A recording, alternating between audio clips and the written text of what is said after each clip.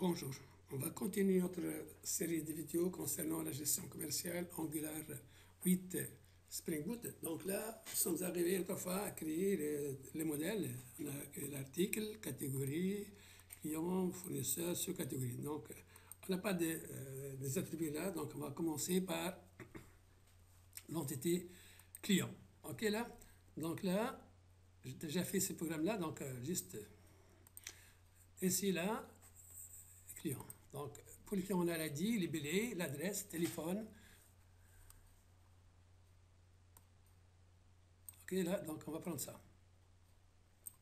CTRL C, on va aller là. Donc là,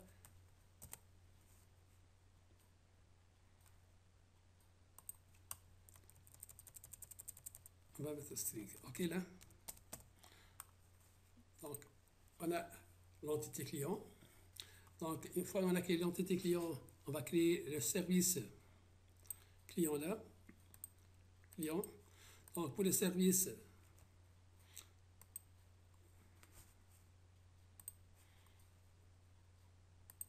donc là, on va importer HTTP client. On va importer là. CTRL C.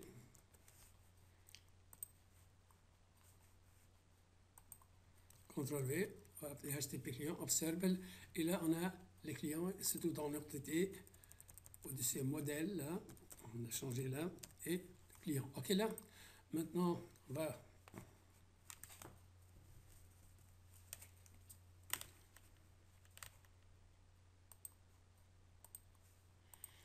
là, je vais prendre tout ça, je vais expliquer ça. Donc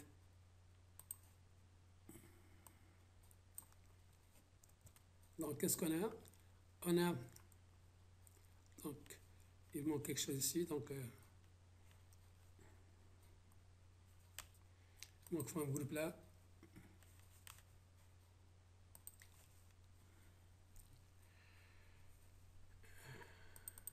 Là, il me faut importer forme groupe. Je vais expliquer ça, CTRL C, CTRL V. D'accord? Donc, qu'est-ce qu'on a? On a une méthode getData qui permet de récupérer les données d'un client, createData qui permet d'ajouter un client, on a updateData qui permet de modifier un client, donc là, et delete pour supprimer un étudiant, getAll pour récupérer la liste des étudiants. Ok là? Donc ça c'est juste. D'accord? Donc là c'est API client. C'est quoi c'est API client? Là c'est l'URL au niveau de Spring Boot. En principe on a ça. Si on va aller de côté là, juste une minute. Donc API client. Donc ça c'est l'API. Notre API là c'est le web service. D'accord là? Donc API. Donc quand on a besoin de récupérer des clients, on a fait API client. Donc ici, juste ici. Donc get, on a donc get mapping client c'est récupérer les liste des clients. On a ici get mapping client ID pour find by ID, c'est récupérer les clients par ID là. On a ici post mapping, c'est ajouter un client. Delete, c'est supprimer un client. Et là, l'update pour modifier un client. D'accord? Donc ici, on a bien vu autrefois ça. Donc là, on revient ici. Donc API client. Donc, choix menu string égale A donc là, quand on entre, on est en mode ajout. Donc, j'ai utilisé une variable choix menu pour dire A, pour dire ajouter, puis on va voir M pour dire modifier, parce que moi, je vais utiliser un seul formulaire qui va faire double rôle, qui va me permettre d'ajouter un client et de modifier un client. Ok là, donc, ça, donc, on a dit là, get récupérer un client, create, ajouter un client, update, modifier, delete et getAll, récupérer les clients. Donc ça, c'est clair. Donc, en principe, donc là, on va aller maintenant donc, dans le add client. OK? Donc, ici, donc, client, add client. On va commencer par le TS. le TS. Donc, voilà. Donc là, le TS permet de communiquer avec le web service et la page add-client.html qui est vide pour le moment. Donc là, on va commencer par add-client LTS. Donc juste, on va prendre le code que j'ai déjà fait là, ici. Donc, client.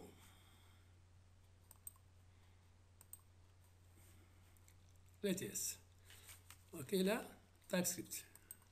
Donc, on commence par importer client service, le toast pour afficher le message là. Donc, formulaire build, on va voir, je vais expliquer ça après. Donc, je vais prendre ça.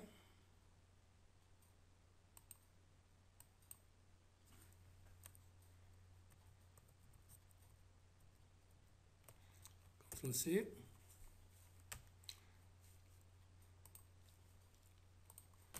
CTRL-V. Donc, ici, on commence par ça avant tout, c'est le modèle. Et le service là, en principe, le service, c'est là, j'ai utilisé un dossier qui s'appelle service, tout court. OK là? Donc là, après, on va voir comment installer le toaster. Donc, d'accord?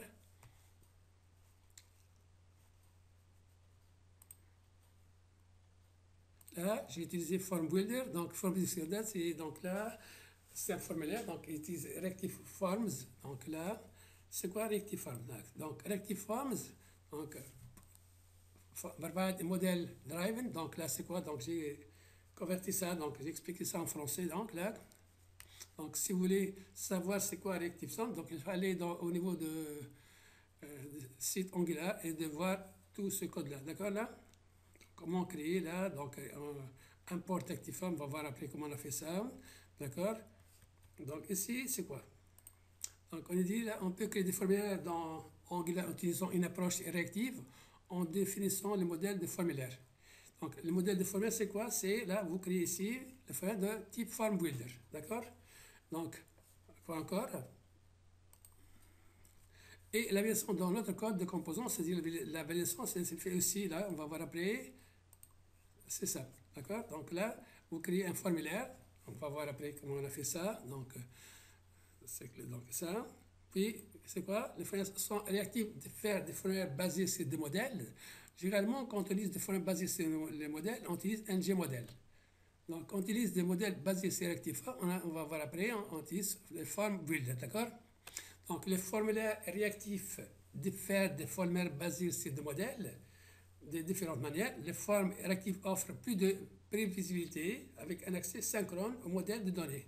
D'accord? Donc, par contre, si vous préférez un accès direct pour modifier les données de votre basé sur un modèle sont moins explicites. C'est-à-dire là, quand on utilise des formulaires basés sur le modèle, on utilise ng modèle. D'accord? Donc, si vous voyez des vidéos de cours, vous allez voir, soit vous utilisez des formulaires, soit vous utilisez ng modèle. D'accord? Vous utilisez soit des contrôleurs ou ng modèle dans votre formulaire. D'accord? Maintenant, on revient ici, donc juste ici. Donc, on va quoi? Donc là, ici, je vais prendre tout ça, puis je vais expliquer. Donc ici. Donc là,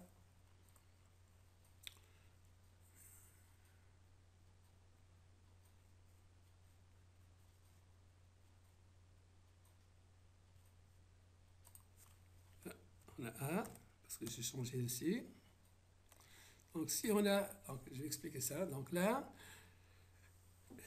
on a utilisé un formulaire, d'accord? Donc ici, j'ai instancié le formulaire, j'ai déclaré FB de type form builder là, donc notre formulaire là, donc il y a les libellés, l'adresse, le téléphone, l'email, le fax et le password. Ce sont les mêmes données qui se trouvent au niveau de modèle. D'accord là? Si vous regardez ici le modèle, client, ce sont les mêmes données, d'accord? ID, libellé, 1, 2, 3, 4, 5, 6, 7. 7, donc là, l'ID, on va voir, c'est auto-increment, ok? Donc ici, donc là,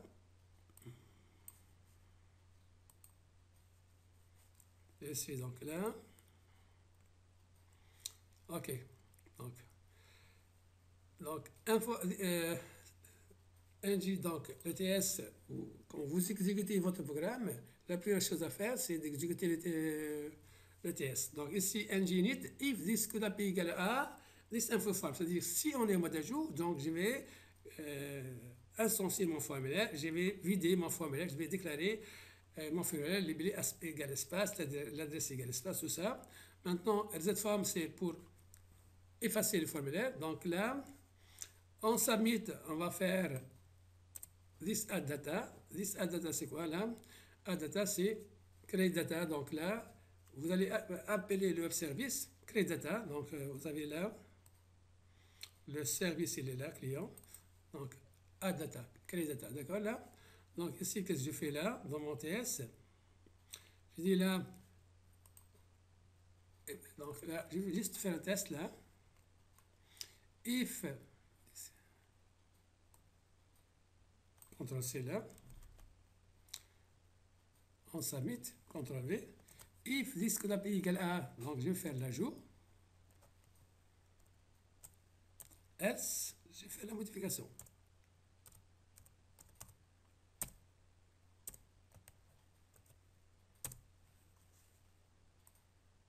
CTRL-X là, CTRL-V là, et là, update data.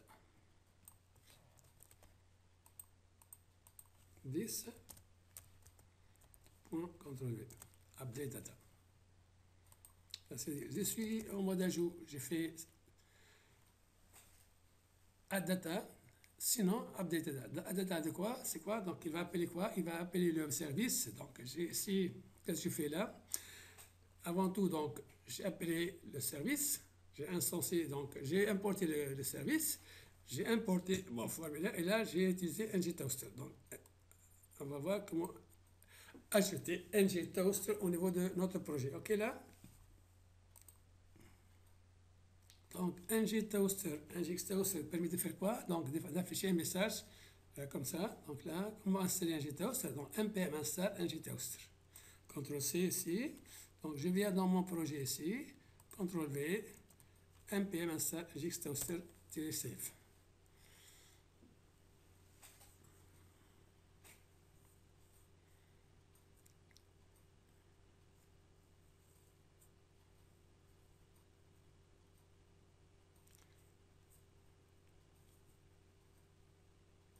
Donc, je vais arrêter un peu le vidéo là, donc ici. Maintenant, on va installer animation là, donc là.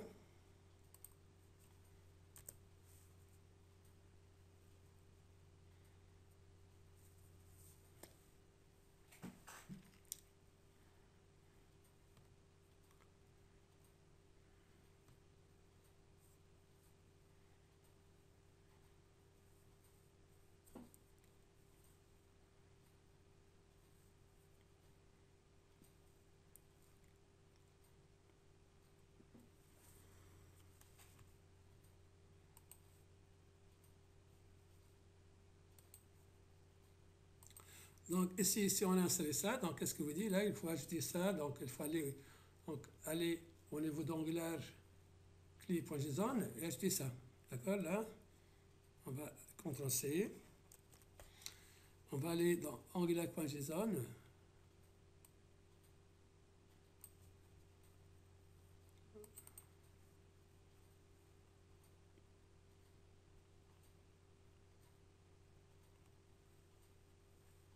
Virgule. CTRL-V. D'accord?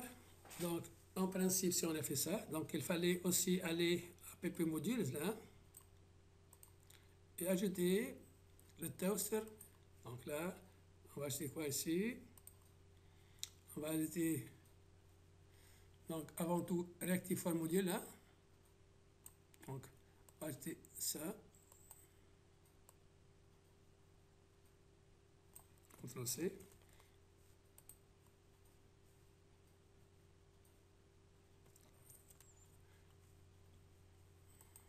OK. Idem, on va ajouter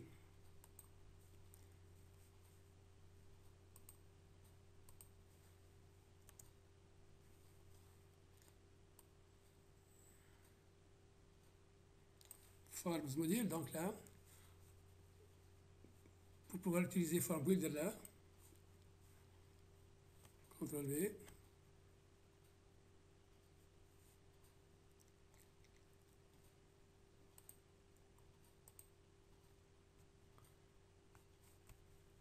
Là, on pourrait faire ça. Donc ici, donc juste, je peux ajouter ça ici, CTRL X, et mettre ça, virgule, CTRL V, là, j'élimine ça. OK, là. Aussi, donc, on va ajouter, donc si on a fait ça, donc il faut ajouter la CTRL C, donc ça au niveau de l'import ici, CTRL V. Là, il faut ajouter ici, on a ajouté Rectifier module là, CTRL C, Form Builder, Rectifier module, et quoi encore? Form module. CTRL C, ainsi, Form module est là, Browser module et CTRL C, CTRL V. Aussi, on doit ajouter le toaster. Donc là,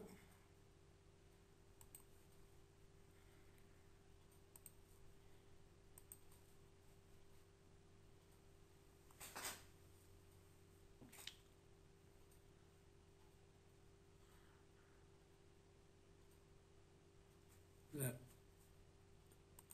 j'ai pris ça. Ah, qu'est-ce qu'il me reste? Donc là, juste là, OK.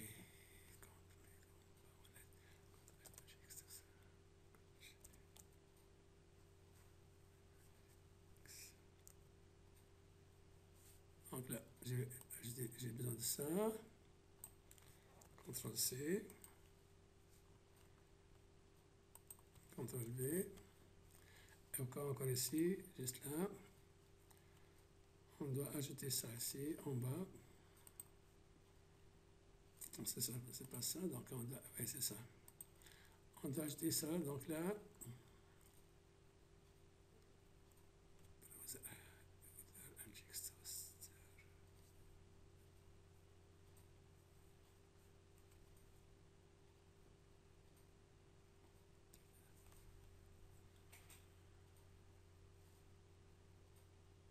le toaster. On va ajouter le toaster module forward. CTRL C.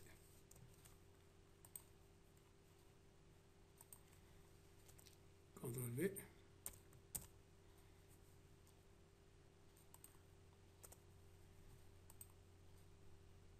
Qu'est-ce que CTRL Z, donc CTRL Z, donc j'ai fait vraiment la CTRL V, CTRL V.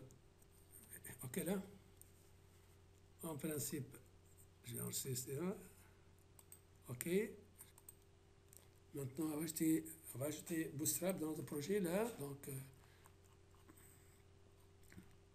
how to add Bootstrap in Angular CLI project. Donc là, on peut ajouter ng npm install Bootstrap. Donc, si on a besoin d'installer Bootstrap 4, npm install Bootstrap tout court. Donc, il y a autre technique là. Donc là, on peut ajouter ici. Donc, in case you want to install Bootstrap and Nginx Bootstrap, at the same time, you can create your project. Donc, qu'est-ce qu'on va faire ça? Donc là, in case you don't need to use Bootstrap JavaScript, donc là, si on a besoin, donc si on n'a pas besoin d'installer Bootstrap, on peut installer Nginx Bootstrap. Donc ça va nous éviter d'installer jQuery, d'accord? Donc pour moi, je vais installer les deux là, npm install Bootstrap et Nginx Bootstrap. CTRL C, CTRL V.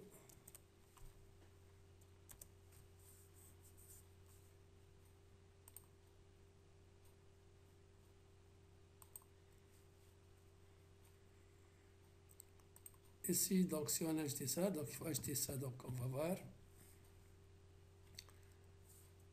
là, ici.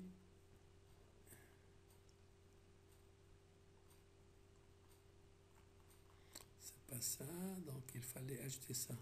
Et c'est ça. Donc, il fallait ajouter, donc,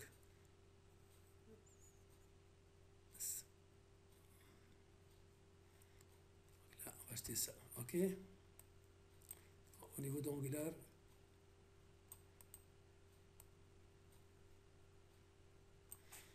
c'est là. Donc, on va aller à Angular, disons là.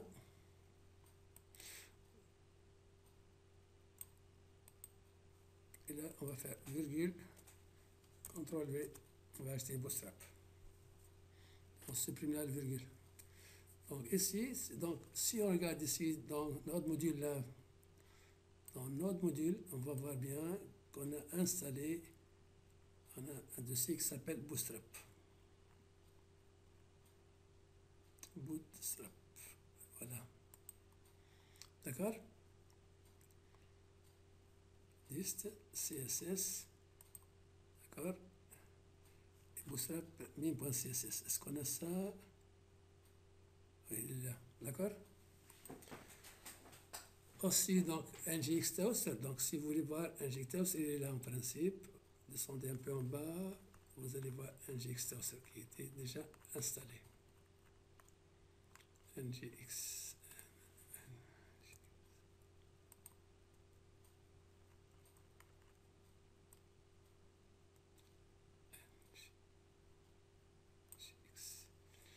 NGX, donc, NGX Toaster, NGX Bootstrap. OK, là, ils sont déjà installés. OK? Maintenant, qu'est-ce qu'on va faire? On va faire notre formulaire. OK? Donc, je vais fermer avant tout notre module. On va aller dans Add client.html.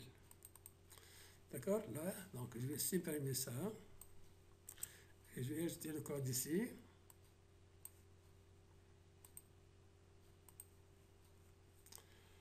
Le code. Là, ici, Add client. CTRL A. Je vais expliquer ça. CTRL C. Et ça va. CTRL V. Donc ici, qu'est-ce que j'ai fait? Donc là, Add client. Donc je vais créer un formulaire basé sur form group, sur group API Dataform. C'est quoi group API Dataform? Là, se voit ici. Group API, c'est quoi? C'est le service client. D'accord? Dans le service client, j'ai utilisé ici Dataform. D'accord? Service client. Un Dataform. D'accord? De type form group. D'accord? Et au niveau TS, j'ai initialisé mon form group là. Donc il y a les libellés, l'adresse, donc ce sont les données. D'accord?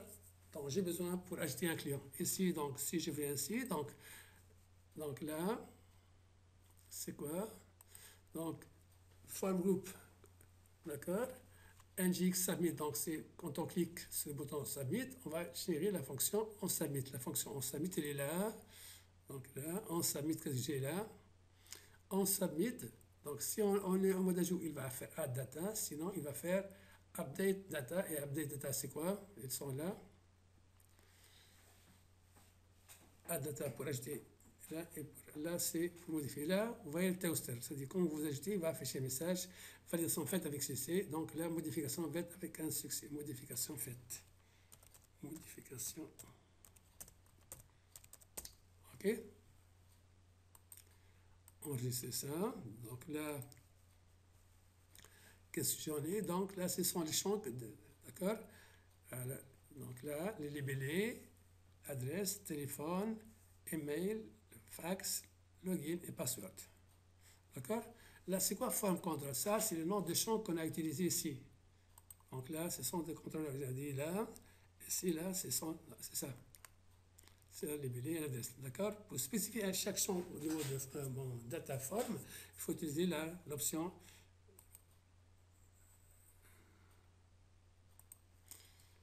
form control. D'accord? Donc là, libellé. Donc là, en fin de compte, j'en ai un bouton save. D'accord? Donc on va tester en principe ça.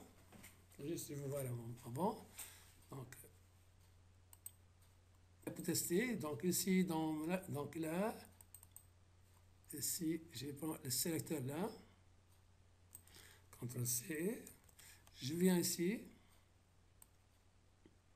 dans app component, je vais mettre add client. CTRL V là, et là, c'est CTRL V. Comme ça, quand on lance mon application, il va directement aller à la page add client. Fichier, enregistrer tout.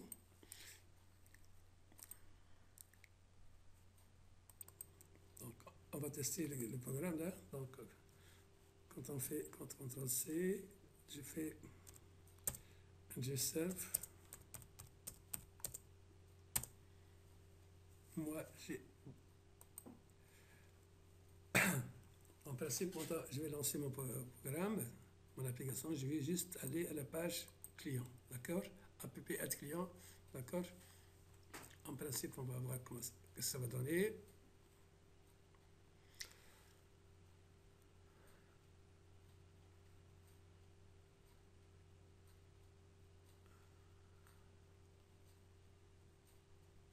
En principe, là, ça marche. Donc, juste, je vais afficher. Donc là, je vais avoir la page client. Maintenant, pour que Angular va communiquer avec Spring Boot, donc qu'est-ce qu'il faut faire? Il faut ajouter d'autres fichiers là. Ici, là, en principe, là, on a un fichier qu'on doit ajouter, c'est proxy.conf.json. Donc là, moi, j'ai utilisé un fichier qui s'appelle proxy.config.json là, donc pour dire à Angular de communiquer avec localhost 8080, donc pour communiquer avec Angular, Spring Boot. Ok là, donc je vais aller dans mon projet ici, proxy.conf.json, je vais aller file, au fichier proxy.conf.json. Ok là, CTRL V, CTRL V, et ça, CTRL V, CTRL Z, c'est pas ça. Donc en principe, ça c'est CTRL C. Et là, je vais faire ça. CTRL V. Le fichier, donc normalement, il devait être ici. Je vais le déplacer. Puis là, ici, je vais ajouter quelque chose là au niveau de. Donc là, on a un autre fichier à toucher, c'est package.json là. Donc là, au niveau de start. Donc là, qu'est-ce qu'on va faire? On va aller dans le fichier package.json. Et là, start, on va changer ça.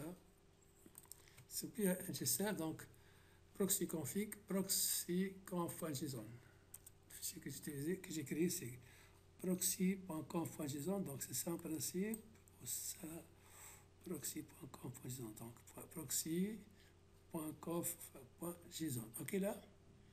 Donc pour tester mon application, donc on reçoit tout, donc CTRL C là.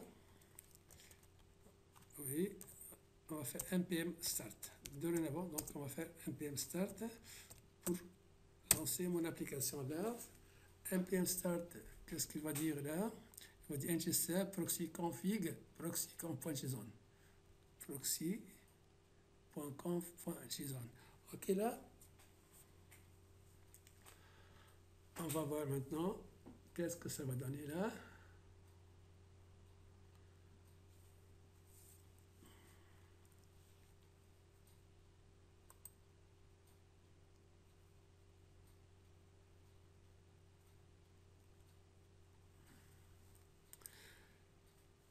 On va voir qu'est-ce que ça va donner là. Je vais aller là en principe.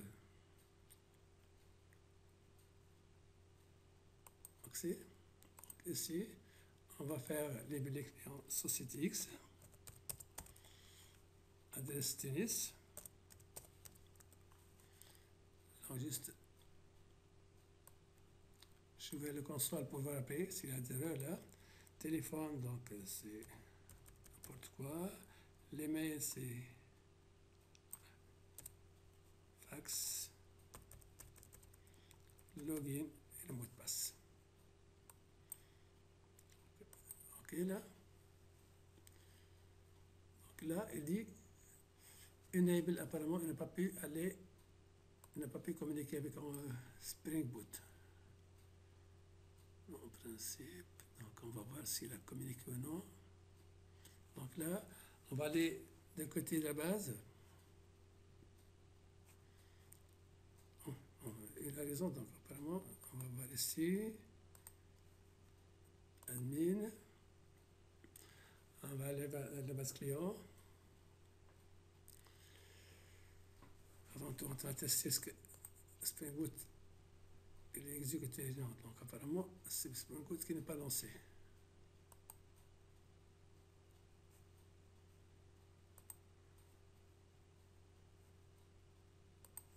Qu'est-ce qu'il y a? Bouton droit, Run as, Spring Boot Application. Vraiment, il y a un problème. C'est ça le problème. Je n'ai pas exécuté Spring Boot.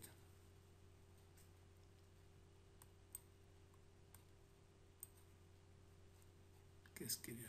Il y a une erreur au niveau de Spring Boot, donc je vais voir l'erreur là. C'est quoi? Je n'ai pas compris la faute ici. Qu'est-ce que j'ai acheté ici? Donc, je vais voir. Donc, ça va, en principe, ça va aller. En principe, ça devrait aller.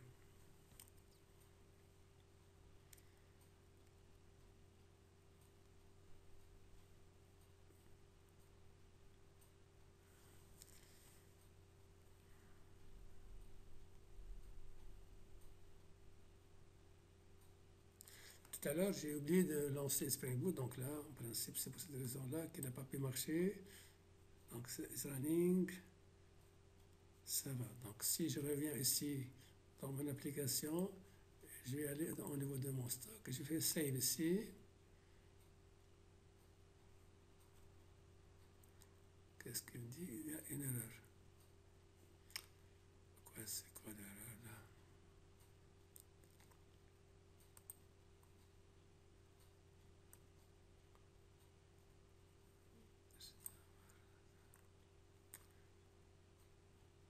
Donc, je vois le... En principe, quand on a essayé de communiquer, d'exécuter l'application, il y a eu un problème au niveau de Spring Boot. Il refuse la connexion, d'accord? Donc, c'est quoi donc?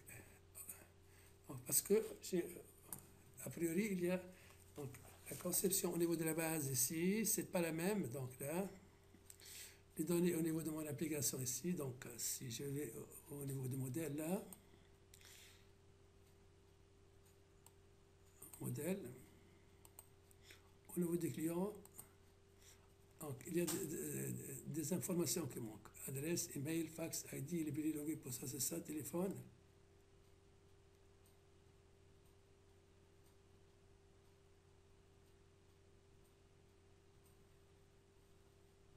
Ok. Adresse, email, fax, ID, librairie, login, password, téléphone. Ok, c'est ça. En principe, c'est ça.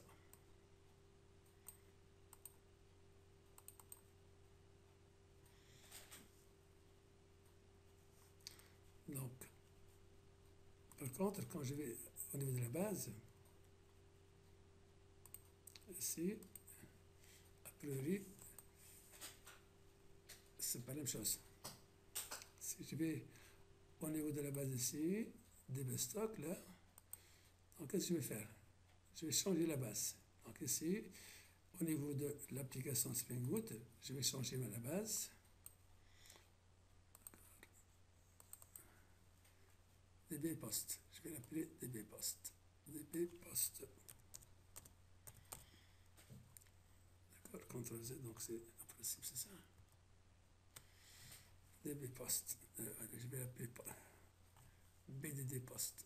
Donc là, DB donc on va l'appeler DB post.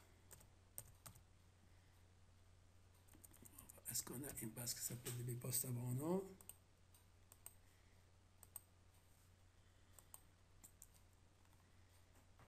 DB. Est-ce qu'on a une base qui s'appelle DB post? On n'a pas. Donc ça va. Je vais aller Chez c'est Paul. Ok, donc ici,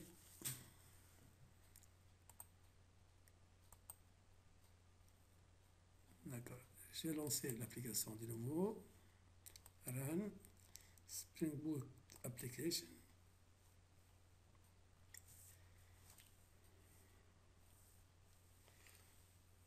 Ok.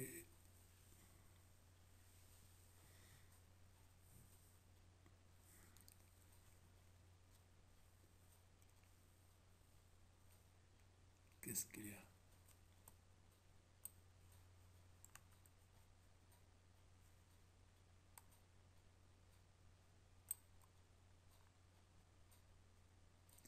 Il dit, oui, il a raison, il faut créer la base DB Post.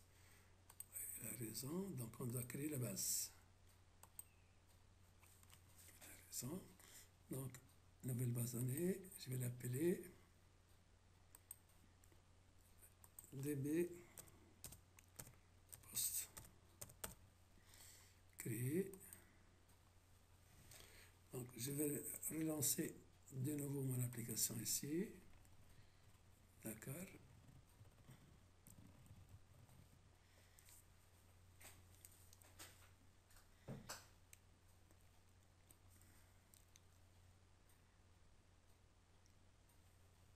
En principe, si je vais aller à la base ici, je vais aller DB Post là, le principe est là, donc c'est pas la peine d'aller une autre fois. Je vais actualiser là. Donc la base DB Post, elle est là. Et on a bien qu'il a créé la table DB Post. Et la table client, elle est là. En principe, donc, maintenant, je vais aller juste là, un stock. Donc, juste, je vais communiquer. Elles sont faites avec succès. D'accord? Donc, en principe, il a créé les données là au niveau de la base. Donc, si on voit bien ici, client, et il a créé la base. Donc là, il a créé les données là. Donc, je vais m'arrêter pour ce vidéo-là. Donc, je pense que c'est clair. Donc, on se verra dans quelques jours sur l'autre vidéo. On va voir la liste des clients. Et puis, on va continuer toute l'application. OK, là? Donc, là,